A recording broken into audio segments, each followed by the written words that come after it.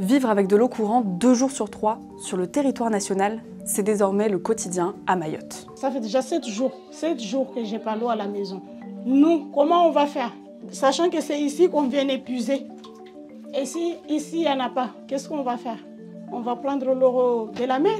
Les habitants de l'île vivent au rythme des tours d'eau et stockent ce qu'ils peuvent dans des bidons lorsque le robinet fonctionne. Mais la sécheresse est-elle la seule responsable de ces restrictions drastiques dans ce département français? À Mayotte, l'essentiel des pluies tombe sur une très courte période, entre décembre et mars. Problème, cette année, sur cette période, il a plu en moyenne 25% de moins que la normale. C'est la saison des pluies la plus sèche enregistrée sur l'île depuis 1997. Et c'est très problématique puisque l'eau qui arrive directement au robinet des Mahorais dépend de cette pluviométrie. Celle-ci vient déterminer le niveau des eaux de surface, les rivières, les retenues collinaires, et puis celui des eaux souterraines, les nappes phréatiques. Pour autant, cette sécheresse n'est pas la première que connaît l'île.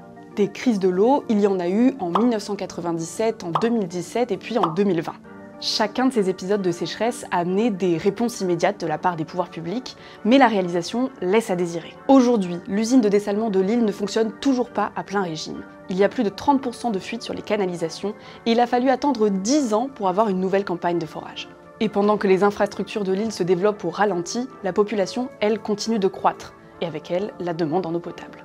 Enfin, si la gestion de l'eau sur l'île reste vacillante, ce n'est pas seulement à cause de la sécheresse, mais aussi à cause d'un manque de connaissance des réserves en eau. En raison de la complexité du milieu volcanique, on ne connaît pas précisément les réserves en eau de Mayotte. En revanche, on peut affirmer qu'on peut aller plus loin en termes de valorisation du compartiment souterrain qu'on ne le fait aujourd'hui. Et en réalité, c'est diminuer la vulnérabilité de l'île aux périodes de sécheresse. Plus encore, Mayotte est le seul département français qui n'a pas d'office de l'eau. Là, je suis en train de chercher des données. Allons maintenant sur la Réunion.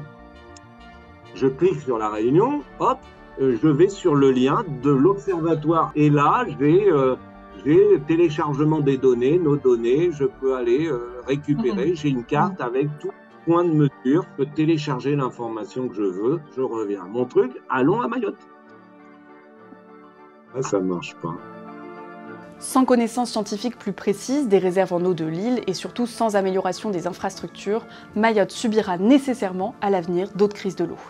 D'autant que les prévisions climatiques indiquent que les périodes de sécheresse à l'avenir seront de plus en plus intenses et de plus en plus longues à mesure que la planète se réchauffe.